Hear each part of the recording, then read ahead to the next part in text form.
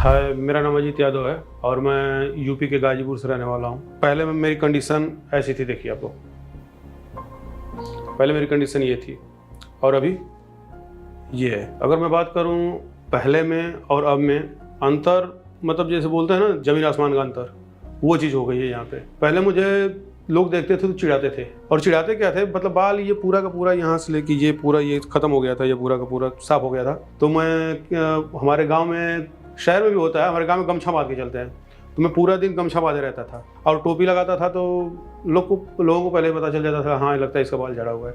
यहाँ तक कभी कभी ये भी होता था कि रात को शादियों पर हमें जाता था तो वहाँ भी मैं गमछा बांध के जाता था या फिर टोपी लगा के जाता था। ऐसे ही कभी कभी होता था कि मतलब हम जिनकी उम्र के होते हैं ना, वो लोग आके अंकल बोल के निकल जाते हैं। मेरे साथ कई बार ऐसा हुआ, मैं बस में सफ़र कर रहा था, कोई लड़की आई, अंकल बोल के निकल गई। शादी में गया, लड़कियां आती थी, अंकल बोलती थी, अब मैं क्या बोलूं, कोई देखती भी नहीं थी। ऐसा होता था मेरे साथ। दोस्तों में तो एक क्या बोलते हैं उसको, मतलब अपने अंदर एक ग्लानि फील होती थी। अब मुझे वही अच्छा लगता था, जितने मेरे बाल झड़े थे, अगर मुझसे ज़्यादा बाल झड़ा वाला इंसान मिल जाता था मुझे बड़ा अच्छा लगता था। मुझे यही लगता था कि उससे ज़्यादा मेरे बाल हैं। हल्का फुल्का कोई तेल लगाते थे तो लोग उससे पूछते थे कि भाई बाल आ रहे हैं, बाल आ रहे हैं, बाल आ रहे हैं। लेकिन कुछ होता नहीं भाई, कुछ भी यूज कर लो, कुछ नहीं होता है। इसका सीधा एक ही उपाय है, हेयर ट्रांसप्लांट। और हाँ, हेयर ट्रांसप्लांट आपको करवाना भी है, आप लोग करवाना चाहते भी हैं, तो मैं एक ही चीज़ रिकमेंड करूंगा कि अच्छी जगह से करवाइए, अच्छे डॉक्टर से करवाइए, वहाँ करवाइए जहाँ हाइजीनिक रहे, जिससे आपको कोई प्रॉब्लम्स ना आए, कोई प्रॉब्लम्स की सिचुएशन फेस ना करना पड़े।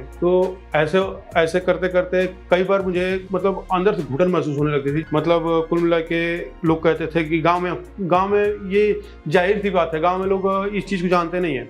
अगर कोई बंदा ट्रांसप्लांट करवाता है या फिर कोई बंदा ट्रांसप्लांट करवा के गया है गाँव पे, तो लोग बोलते हैं क्या भैया कैसे ट्रांसप्लांट किए डॉक्टर, कहा आप खोपड़िया खोल के रख दिए थे साइड में, तो उनको कौन समझाए। कोई बोलता है कैंसर हो जाता है, कोई बोलता है मर जाता है, उनको कौन समझाए। हमने तो बस एक ही चीज सीखा है, वो लोग जैसे बोलते थे हमने बोल दिया, हाँ भैया खोपड़िया खोल के रख देते हैं। हम बेहोश हो गए थे और जब हमको होश आया तो हमारी खोपड़ी उधर थी, उसमें बाल डाल के सील रहे थे सब। उसके बाद ले खोपड़ियाँ फिट कर दिए। अब इतने बड़े पागल है को पूछने भी नहीं गए कि यहाँ से ये टाका तो लगा हुआ ना सिलने में, मतलब कुछ भी नहीं। यही लगता था कि बिना बाल के जीना कोई जीना नहीं है। अब शादी में जाओ, ब्याह में जाओ, किसी के रिसेप्शन में जाओ, कहीं जाओ, रात को घूमने जाओ, टोपी लगा के जाओ, सर पे गमछा बांध लो, क्या मतलब है। अब मैं कहीं निकलता हूँ, कहीं जाता हूँ तो लोग देखते हैं। अब भी मैं भी अच्छे से रहता हूँ, ताऊ से कोई दिक्कत नहीं होती है। मैंने ट्रांसप्लांट करवाया और जब से ट्रांसप्लांट करवाया है मैं अपनी जर्नी से बहुत खुश हूँ। गाँव में लोग बोलते हैं कि कैंसर हो जाएगा या फिर तमाम तरह की बीमारियाँ हो जाती है, तमाम तरह की प्रॉब्लम्स हो जाती है। इस बीच इन सब चीज़ों को फेस करते हुए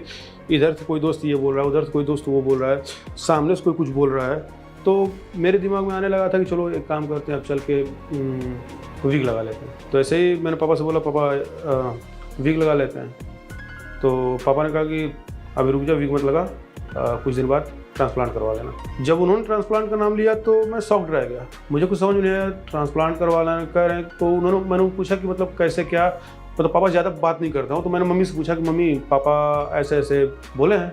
तो वो बोली कि अरे उनके कोई दोस्त हैं, उन्हीं का लड़का करवाया है, अभी सब कुछ सक्सेसफुल है, कोई दिक्कत कोई परेशानी नहीं है। तो मेरे दिमाग में एक बात आई कि तमाम लोग कह रहे हैं कि ये हो जाएगा, वो हो जाएगा, चाहे जितनी सारी चीज़ें मैंने जो भी है सब कुछ कह रहे हैं, सब कुछ सोचते हुए उस दिन से मैंने YouTube पे सर्च मारना शुरू किया कि इंडिया में बेस्ट क्लिनिक कौन सी है, सबसे अच्छी क्लिनिक कौन सी है। तो कई सारे क्लिनिक्स आए, दिल्ली के भी क्लिनिक्स आए और इधर लखनऊ के भी क्लिनिक्स आए। मैं लखनऊ की क्लिनिक में भी गया था और दिल्ली में भी गया था, तो मुझे वहाँ की फैसिलिटीज अच्छी नहीं लगी, वहाँ के लोग अच्छे नहीं लगे, कुछ तो लोगों को बात करने का बिहेवियर अच्छा नहीं था। तो मैंने सोचा कि एक बार चल कर हरिद्वार चेकआउट करता हूँ। और जब मैं हरिद्वार आया तो मन बना के आया था, चेकआउट करूंगा, बात करके चला जाऊंगा। और ये चीज़ भी हरिद्वार QHT यूट्यूब पे देखा था, और जब मैंने QHT को सर्च किया था यूट्यूब पे तो आई थिंक कि QHT के 4,000 या 4,500 सब्सक्राइबर थे उस टाइम से। मैंने सर्च किया और धीरे धीरे सब्सक्राइबर्स बढ़ते रहे। यहाँ की चीज़ें मैंने देखी, यहाँ के लोगों का बिहेवियर देखा, डॉक्टर साहब का बिहेवियर देखा, यहाँ के स्टाफ का बिहेवियर देखा, तो मेरे दिमाग में आया और मैंने उस दिन 22 अगस्त को यहाँ पे भर्ती हुआ। मेरा ब्लड टेस्ट हुआ, सब कुछ हुआ, और जो भी चीज़ें टेस्ट होती हैं सारी चीज़ें टेस्ट हुई। और जब मैं सारी चीज़ों में क्लिनिकली मतलब मेडिकली पास हो गया तो डॉक्टर साहब ने बोला कि हाँ आपका ट्रांसप्लांट होगा। और तब जाके मेरा ट्रांसप्लांट 23 अगस्त 2022 को हुआ था। यहाँ पे मुझे अदर जो क्लिनिक्स है, चाहे दिल्ली में हो, लखनऊ में हो, गाजियाबाद में हो, अब तो हर जगह पे क्लिनिक खुल गई है, लोग चीप से चीप रेट में करने लगे हैं। लेकिन जब मैं यहाँ पे आया तो मुझे वो चीज़ें मिली जो मैं सोच के आया भी नहीं था, सपने में नहीं सोचा था वो चीज़ मुझे मिलेगी। मैंने डॉक्टर साहब को बस एक बात बोला था कि सर आप मेरी हेयर लाइन देख लीजिएगा। अब आप लोगों के सामने मेरी हेयर लाइन आप देख सकते हैं, ये देखिए मेरी हेयर लाइन देख के कोई नहीं बोलता है कि मतलब मेरा ट्रांसप्लांट भी हुआ है। हम लोग पूछते हैं कि कितना लगा, चार्ज कितना लगा, कॉस्ट कितनी लगी। तो मैं बता दूं कि मैं जहाँ भी गया, जितनी जगहों पे गया, दिल्ली गया, गाजियाबाद गया, लखनऊ गया, मुझे वहाँ के कंपैरिजन में सबसे अच्छा लगा। क्योंकि होता है ना कभी कभी कि वहाँ पे कॉस्ट ज़्यादा होती है, यहाँ पे कम थी इसलिए मैं यहाँ भाग गया, ऐसी बात नहीं है। या ये भी हो सकता है यहाँ कॉस्ट ज़्यादा थी फिर भी मैंने करा लिया, ऐसा कुछ भी नहीं है। मुझे यहाँ कॉस्ट से ज़्यादा यहाँ के लोग पसंद आए, डॉक्टर्स पसंद आए, और बाकी आप तो रिजल्ट देख ही रहे हो। इससे जो मैं चाहता था वो मुझे मिला, इसके सिवा मुझे और क्या चाहिए था। मैंने आप लोगों को कुछ देर पहले बोला था ना, या तो पैसा बाल या तो मैं, पैसा लगाया बाल आया, मैं हूँ।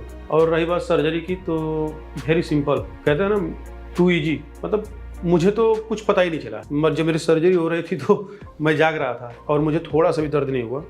अब मैं ऐसे लेटा हुआ था और मेरी सर्जरी हो रही थी, और मेरी सर्जरी चली थी लगभग 11 घंटे, और इस 11 घंटों में मुझे ये एहसास तक नहीं हुआ कि मेरी सर्जरी हो रही है कि मैं अपने घर पे सोया हुआ हूँ। थोड़ा सा भी मुझे एहसास नहीं हुआ। लोग कितने लोग होते हैं डर जाते हैं कि सर्जरी होगा, बीपी बढ़ जाता है। मेरे दिमाग में एक ही बात थी जो पहले बोल चुका हूँ, तो बस यही था, मुझे कुछ पता भी नहीं चला और मेरे बाल आ गए। इससे ज़्यादा खुशी मुझे कुछ नहीं है, और आज मैं बहुत खुश हूँ। सर्जरी के बाद मैं 5 दिन तक यहीं पे था। और रही बात स्वेलिंग की और जहाँ से ग्राफ्ट निकाले गए थे वहाँ की हीलिंग की, तो मेरे पीछे के बाल जितने निकाले गए थे 4 से 5 दिन में पूरी तरीके से हील हो चुके थे, कोई प्रॉब्लम्स नहीं थी, मैं नॉर्मल सोता था। रही बात स्वेलिंग की, तो स्वेलिंग के लिए मैं यही बोलूँगा कि मुझे स्वेलिंग नहीं आई थी। कितने लोगों को स्वेलिंग आ जाती है, वो इसलिए आती है कि लोग जाते हैं और वो करोड्स हो जाते हैं, इधर सो जाते हैं। मैं यही बोलूँगा कि जब भी आप ट्रांसप्लांट कराने का डिसीजन लें या ट्रांसप्लांट करवाएं, स्वेलिंग ना आए इसके लिए आप सीधा सोइए, ज़्यादा नहीं सोना है, 3-4 दिन आप लोग सीधा सोइए, आप लोगों को कोई प्रॉब्लम्स नहीं आएगी। उसके बाद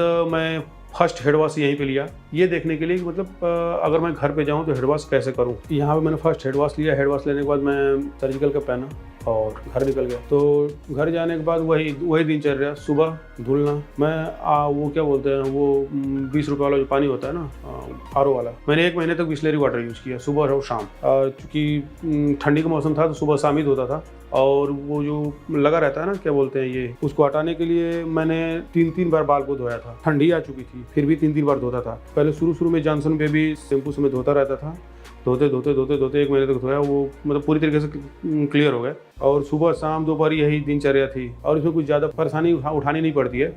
10 मिनट का काम होता है, 10 मिनट सुबह, 10 मिनट शाम। और जब आप अपने बाल के लिए इतना पैसा लगा सकते हो, इतना सब कुछ कर सकते हो, 10 मिनट सुबह और शाम तो टाइम दे ही सकते। जो इंसान अपने बाल को लेकर आधा घंटा रो सकता है कि कब लगेंगे, मेरे बाल होते तो ऐसा नहीं होता, वो 10 मिनट तो समझ दे ही सकता है सुबह और शाम। तो मैं बताऊँ आपको, आगे जब धीरे मतलब पूरी तरीके से सब कुछ सही हो गया तो मैं सर्जिकल कैप लगा के बाहर निकलने लगा। धूप में जाने से मना किया था सर ने लगभग 20 दिन तक, तो मैं धूप में नहीं गया। धीरे 1 महीना बीत गया। 1 महीना बीतने के बाद मेरे शेडिंग फेज स्टार्ट हो गए थे, तो अब बाल गिरना शुरू हो गए थे। अब जितने बाल लगे थे फिर बाल गिरना शुरू हो गए थे। ये चीज़ मुझे पता थी कि एक टाइम पे आके फिर बाल गिरते हैं। बाल लगभग कभी किसी के 90% तक गिर जाते हैं, बाल गिर जाते हैं। फिर उसके बाद वो बाल फिर से ग्रो करना शुरू करते हैं, क्योंकि ऊपर से बाल गया होता है, बाल टूटा होता है, जड़ें अंदर रह जाती हैं। लगभग मेरे 50% तक बाल गए थे। तो गांव के लोग जो थे फिर से हंसी उड़ाना शुरू किए कि कोई कह रहा था कि भैया खोपड़ी खुलवा के आगे करवा के आए, देखिए सब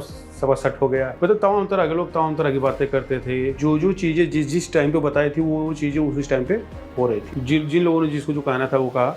लेकिन धीरे जो होता है ना, जब धीरे दूसरा महीना बीतता है, तीसरा महीना बीतता है, तो बाल और गिरने लगते हैं। किसी के बाल फिर से ग्रो होने लगते हैं। तो मेरा तीसरा महीना बीता, बाल और गिरना शुरू हुआ, धीरे कम होता चला। चौथा महीना आया, 5वां महीना आया।